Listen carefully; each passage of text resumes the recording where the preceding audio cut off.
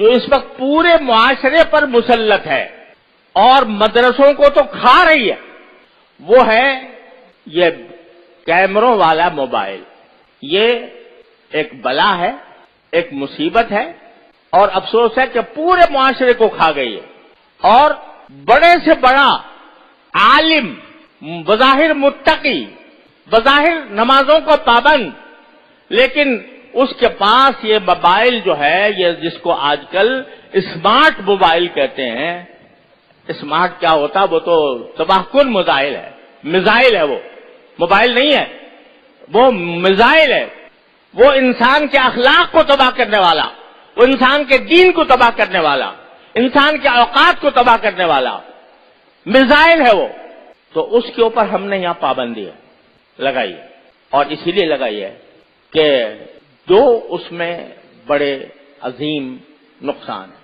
ذرا یہ بات اچھی طرح کان کھول کر ہمتن گوش ہو کر سن لو۔ اس میں دو عظیم نقصان ہیں۔ ایک عظیم نقصان تو یہ ہے کہ موبائل کا استعمال کرنا، موبائل کی جو سوشل میڈیا ہے اس کو استعمال کرنا بڑے سے بڑے متقی کے لیے یہ کہنا مشکل ہے کہ اس کے استعمال میں وہ کسی گناہ میں مبتلا نہیں ہوگا۔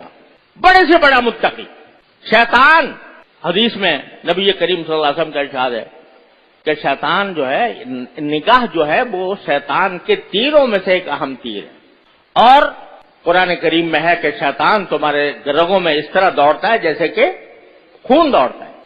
اب ایک شخص ہے، وہ بیچارہ نیک نیتی سے اس نے کہا جی فلاں بزرگ کی تقریر سن لوں ذرا، اور اس نے کھول لیا۔ اس کے کسی اختیار کے بغیر ایسی چیزیں سامنے آ جائیں گی کہ شیطان کو ڈسنے کا فوراً موقع مل جائے گا۔ میں نہیں جانتا، لیکن بڑے سے بڑا متقی صاحب نسبت بھی اگر وہ استعمال کرے گا تو کبھی نہ کبھی وہ گناہ میں مبتلا ہو جائے گا، اور ایک گناہ جو ہے دوسرے گناہ کو کھینچتا ہے۔ ایک چھوٹا سا گناہ ہو گیا، ایک عورت کی تصویر آ گئی، اس میں دیکھنے سے مزہ آ گیا، تو کہ یہ تو آئی گیا، ذرا اس کو اور تھوڑا سا آگے بڑھ کے دیکھ لیں۔ شیطان اس طرح انسان کو رفتہ رفتہ ایک گناہ سے دوسرے گناہ، دوسرے سے تیسرے گناہ، تیسرے سے چوتھے گناہ میں مبتلا کرتا جاتا ہے۔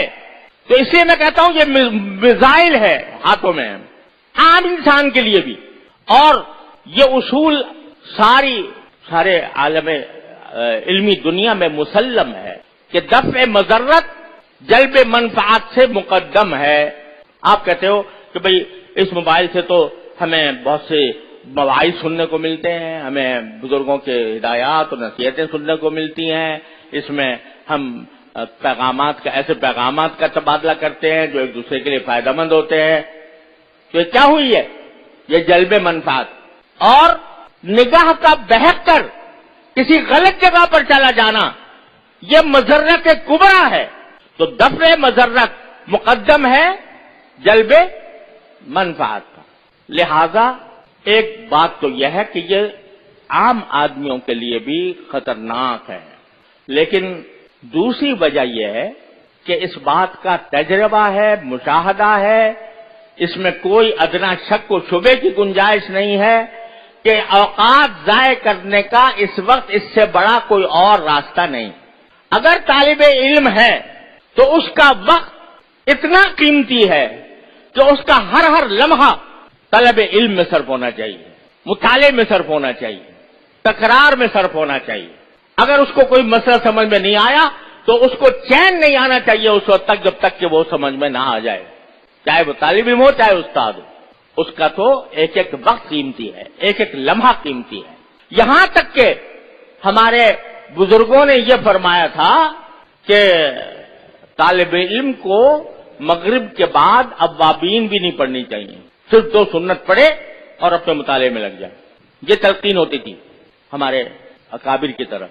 تمہیں نوافل تمہارے لیے اتنی اہم نہیں ہے، تمہاری کتاب، تمہارا مطالعہ، تمہارا تکرار زیادہ اہم ہے، اپنے اوقات کو اس میں صرف کرو۔ تو طالب علم کا وقت تو ایک ایک لمحہ اس کا قیمتی ہے، اس کو اگر پڑھنا ہے تو اپنے اوقات کو صحیح کام میں لگانا ہے۔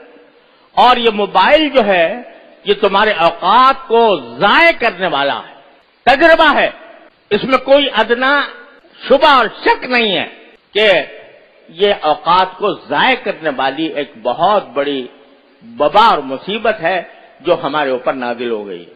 اچھا خاصا نمازی ہے، پرہیزگار ہے، صف اول میں نماز پڑھنے والا ہے، لیکن تنہائی میں بیٹھا ہے اور اپنی آنکھوں کو اللہ تعالیٰ کی نافرمانی میں استعمال کر رہا ہے۔ کیا کتنی بڑی غداری، کتنی بڑی خیانت، کتنی بڑی نافرمانی۔ تو اس لیے میں یاد کرتا ہوں کہ جس شخص کو یہ بھروسہ نہ ہو کہ وہ اپنے آپ کو محفوظ رکھ سکے گا اس فتنے سے، اس کے لیے ایسا فون استعمال کرنا جائز نہیں، جس کو یہ بھروسہ نہ ہو۔ اگر بھروسہ ہے تو بعض اوقات اس سے اچھے کام بھی لیے جا سکتے ہیں، لیکن پاؤں پھسلنے کا ہر وقت خطرہ، نگاہ کے پھسلنے کا ہر وقت خطرہ۔ لہذا بھائی کتنے دن کی زندگی ہے پتہ نہیں، کسی کو پتا ہے کہ کب اس کو موت آ جائے گی۔ یہ جو ہم اللہ تعالیٰ کی نعمتوں کا غلط استعمال کر رہے ہیں، ایک دن اس کا حساب دینا ہوگا، ایک دن اللہ تعالیٰ کے سامنے حاضری ہوگی، اور ایک ایک نگاہ جو جس چیز پر ڈالی ہے اس کا حساب مجھے دینا ہوگا۔ بہت عرصے تک میں بیان کرتا رہا ہوں، یا ایھا الذین آمنوا اتقوا اللہ وجاہدوا فی سبیلہ، کہ تقوی کا راستہ یہ ہے کہ اللہ کے راستے میں محنت کرو۔ کیا محنت کرو؟ کہ نفس کسی طرف بلا رہا ہے، مچل رہا ہے، گناہ کی خواہش دل میں پیدا ہو رہی ہے، اور تم اس خواہش کو زبردستی کر کے دباؤ، یہ ہے مجاہدہ۔ اور اس مجاہدے کے ثمرات یہ ہوتے ہیں، حضرت تھانوی رحمۃ اللہ فرماتے ہیں کہ جتنا انسان اپنے نفس کو، نفسانی خواہشات کو روکتا ہے اللہ کے لیے، اتنا ہی اللہ تعالیٰ سے قرب بڑھتا ہے۔ وَأَمَّا مَنْ خَافَ مَقَامَ رَبِّهِ وَنَهَى النَّفْسَ عَنِ الْهَوَىٰ فَإِنَّ الْجَنَّةَ هِيَ الْمَأْوَىٰ، جو اپنی خواہشات کو اللہ کے لیے روکتا ہے۔ دل تو مچل رہا ہے، بہت بے شک مچل رہا ہے، نفس بھی آمادہ کر رہا ہے، شیطان بھی آمادہ کر رہا ہے، لیکن مجھے یہ اللہ تعالیٰ کے سامنے جواب دینا ہے، اپنی ایک ایک نظر کا جواب دینا ہے۔ اس کا احساس کر کے جب آدمی اپنے اوپر زبردستی کرتا ہے تو اللہ تبارک و تعالیٰ کے ہاں اس کی درجات میں ترقی ہوتی ہے، تعلق میں اضافہ ہوتا ہے، اللہ تعالیٰ کی محبت اس کے دل میں پیدا ہوتی ہے، اللہ تعالیٰ اس سے محبت فرماتے ہیں۔